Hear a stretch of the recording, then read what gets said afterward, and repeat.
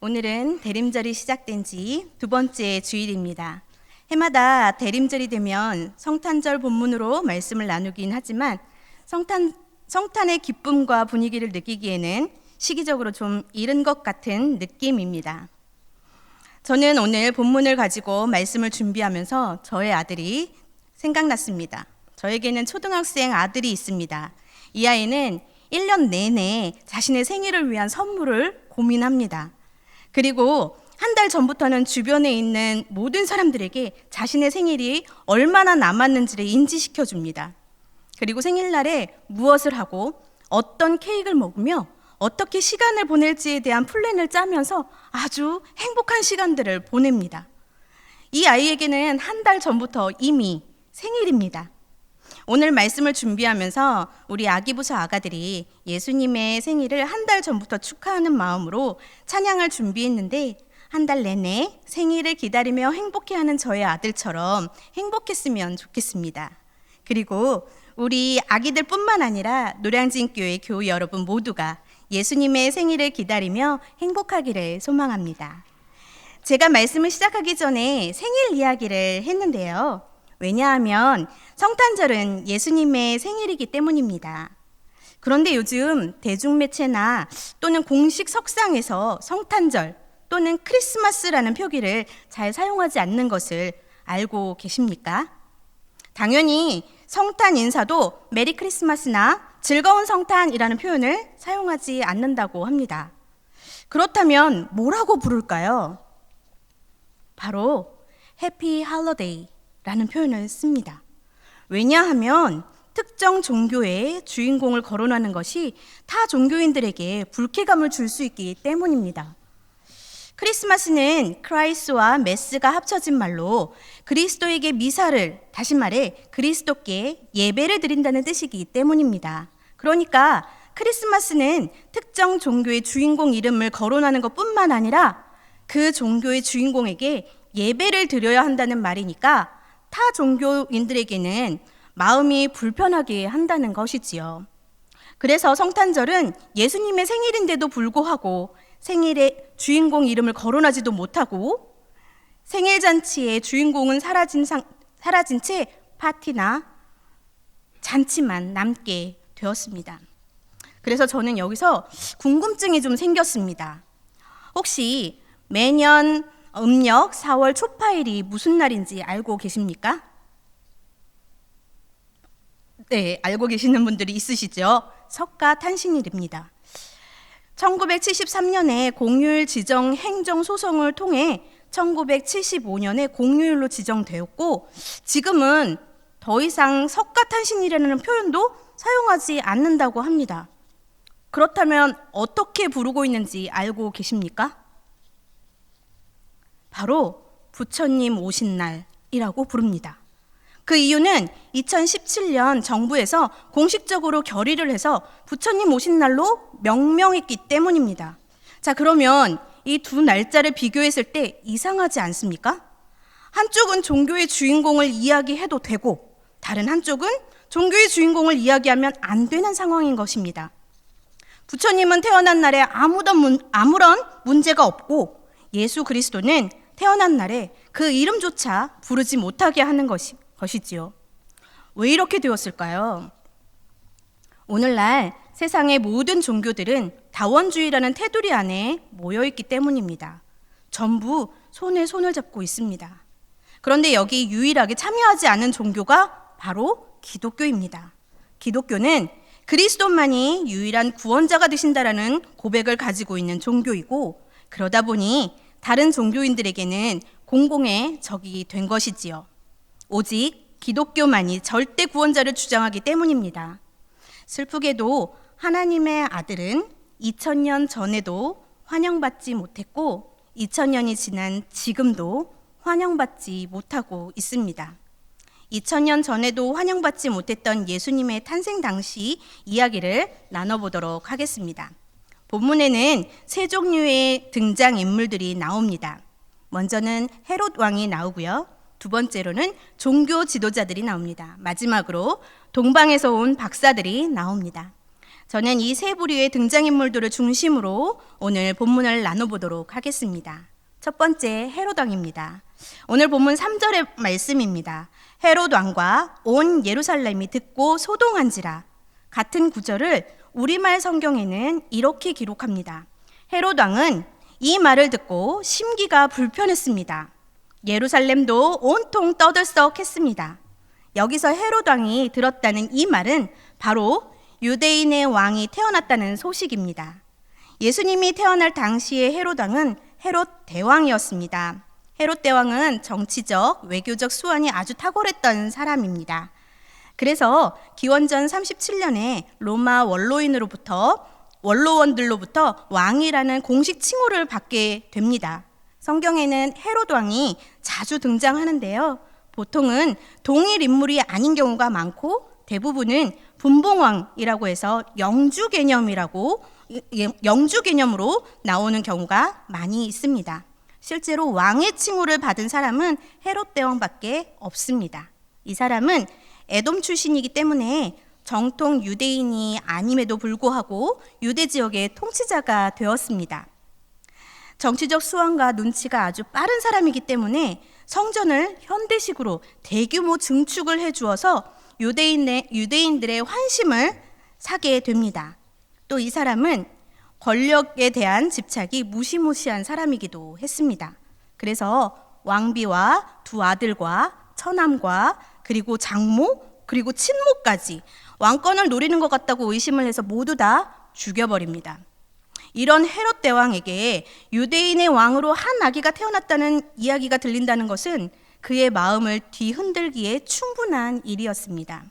성경에는 심기가 불편이라고 표현되어 있는데 이 정도 단어로는 설명이 부족하지 않나 싶습니다. 오늘 본문의 뒷부분을 보면 결국 헤롯이 베들레헴 주변의 2살 이하 남자아이들을 모두 죽이는 유아 대학살극을 벌이게 되지요. 역사가들의 연대 추정들을 볼 때 예수님이 태어날 때 당시에 헤롯의 나이가 한 70세 정도로 추정합니다. 당시의 평균 연령을 고려할 때 헤롯은 엄청 고령이었습니다. 그리고 예수님이 태어나시고 나서 바로 그 다음 해에 헤롯은 사망하게 됩니다. 그러니까 어린 갓난아기가 태어나서 고령의 왕에게 무슨 해를 끼치겠습니까?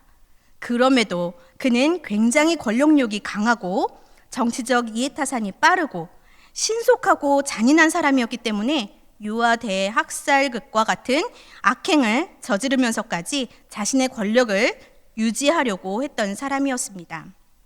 왜 2000년 전에 헤롯 대왕과 같은 세상 권력을 가진 사람들만이 예수님의 탄생을 견제하고 싫어했을까요? 그들은 자신의 자리가 위태로워질까 봐 염려되어 예수님의 탄생을 환영하지 않았을 뿐만 아니라 싫어했습니다. 그런데 예수님은 정치인이나 기득권자들의 자리를 빼앗으려고 이 땅에 오셨나요? 아닙니다. 예수님은 우리의 자리를 빼앗으려고 오신 분이 아닙니다. 예수님은 우리를 구원하기 위해 이 땅에 오신 분입니다. 헤롯 대왕과 같이 탐욕과 권모술수에 혈안이 되어 있는 사람들은 스스로 그 자리에서 헤어나올 수가 없습니다.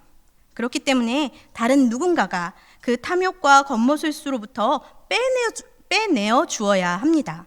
하나님은 그 누군가를 바로 하나님의 아들이신 예수님으로 선택하셨고 예수님은 인간인 우리를 건져내기 위해 이 땅에 오신 것입니다.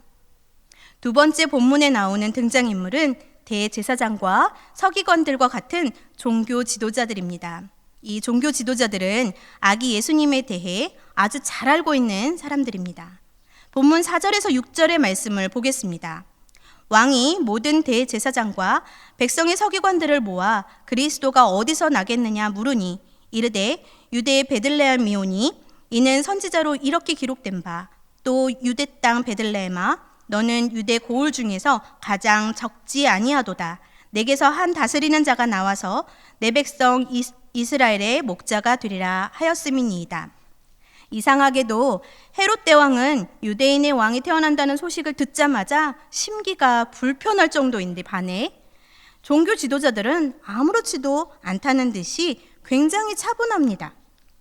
헤롯이 질문을 하니까 예언서에 보면 이렇게 기록되어 있습니다 하면서 대답해 주는데, 놀라운 것은 이들이 특별히 놀랬다거나 또는 걱정을 했다거나 또는 아주 기뻐했다라는 표현들이 전혀 없습니다. 그러니까 이 사람들은 유대인의 왕 메시아가 어디서 오시는지 정확한 정보가 있음에도 불구하고 유대인의 왕이 태어났다는 소식은 그들에게 아무런 이슈가 되지 못했던 것이지요. 이 종교 지도자들은 그리스도에 대한 정보로 수백 년간 종교적 권력을 독점하고 있었고, 그들에게 있어서 그리스도에 대한 지식은 단순한 정보에 불과했습니다. 안타깝게도 그들은 하나님에 대해서 가장 많이 지식을 가지고 있었지만 하나님을 주인으로 인정하는 고백이 없었습니다. 이 종교 지도자들은 예수님이 나사렛에서 목수의 아들로 지낼 때는 아무런 문제가 되지 않았지만 예수님이 공생의 사역을 시작하자마자 문제가 시작됩니다. 무엇이 문제가 되었을까요? 예수님의 공생애 동안 예수님은 하나님의 나라에 대하여 가르치셨습니다. 그 가르침에는 종교 지도자들과는 완전히 다른 영적으로 강력한 권위 있는 메시지를 가르침으로 자신들의 자리가 위태로워졌기 때문입니다. 30년 전에 헤롯은 자신의 자리가 위태로울까 봐 걱정을 했는데 30년이 지나고 나서 종교 지도자들이 이제야 자신들의 자리를 위태롭다는 것을 알게 된 것입니다. 그래서 예수를 죽이려고 달려듭니다.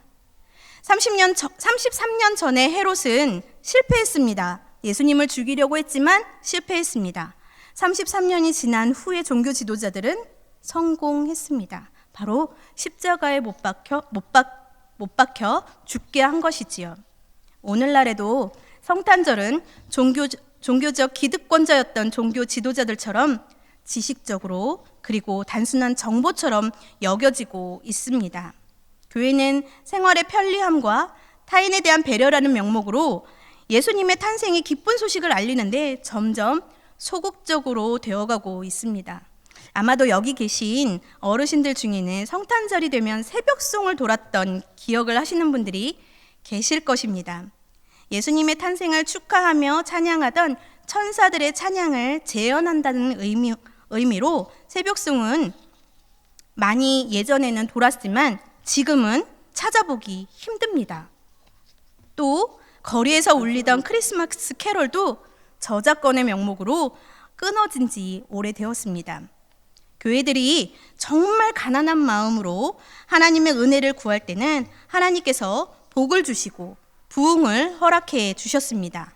그러나 하나님이 주신 복과 부흥을 교회가 독식하고 세상에 흘려보내지 않을 때 세상은 교회에 대하여 실망하고 하나님에 대하여 오해를 하게 됩니다.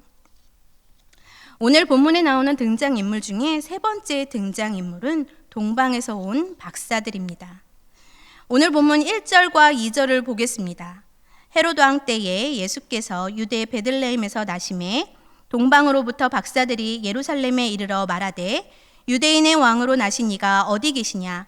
우리가 동방에서 그의 별을 보고 그에게 경배하러 왔노라 하니, 이 동방에서 온 박사들은 메소포타미아 지역, 페르시아 지역 출신의 사람들입니다. 이 사람들은 별을 보고 점을 치던 점성술사들이었습니다. 이들은 유대인도 아니고 유대 지역에 사는 사람들도 아니었습니다.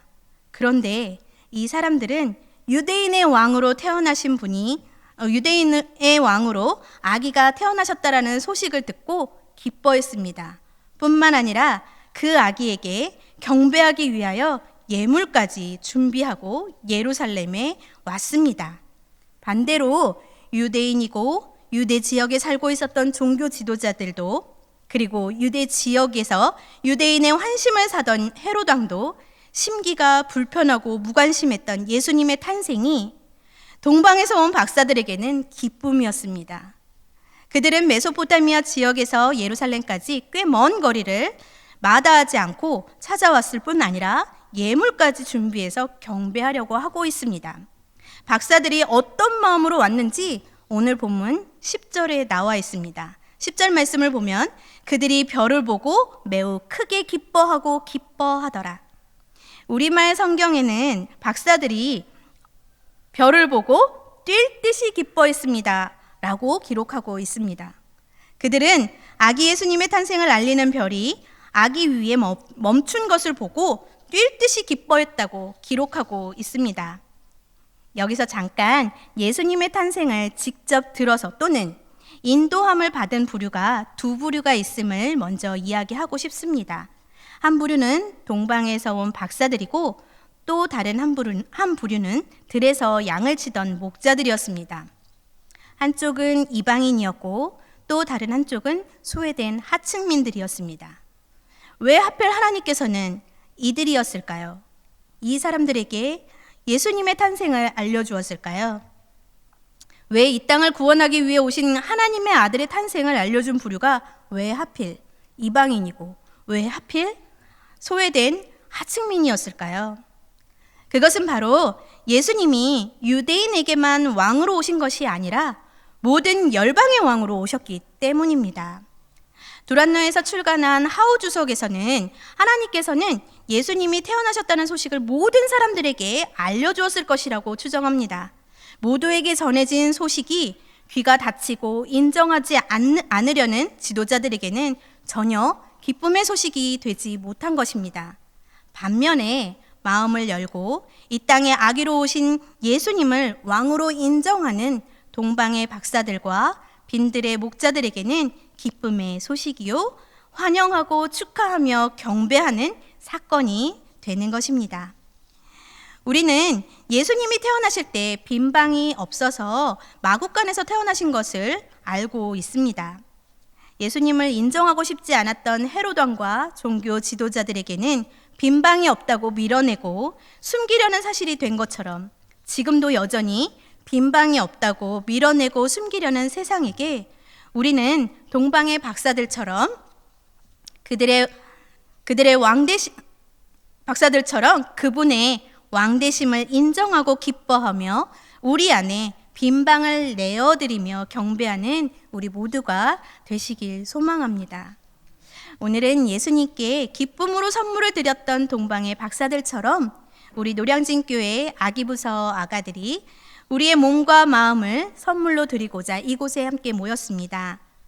동방의 박사들이 아기 예수께 멈춘 별을 보고 뛸 듯이 기뻐했던 것처럼 오늘 이곳에 모인 우리도 기뻐하며 예수님의 탄생을 축하하고 경배하는 시간이 되시길 소망합니다.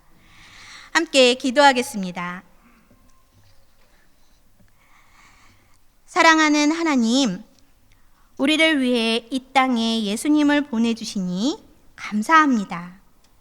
우리가 먼 길을 마다하지 않고 기쁨으로 기꺼이 예수님의 탄생을 축하하고 경배했던 동방의 박사들처럼 우리의 마음과 뜻을 다해 예수님의 탄생을 축하하고 기뻐하며 예배하는 참된 예배자가 될 수 있도록 우리를 도와주옵소서.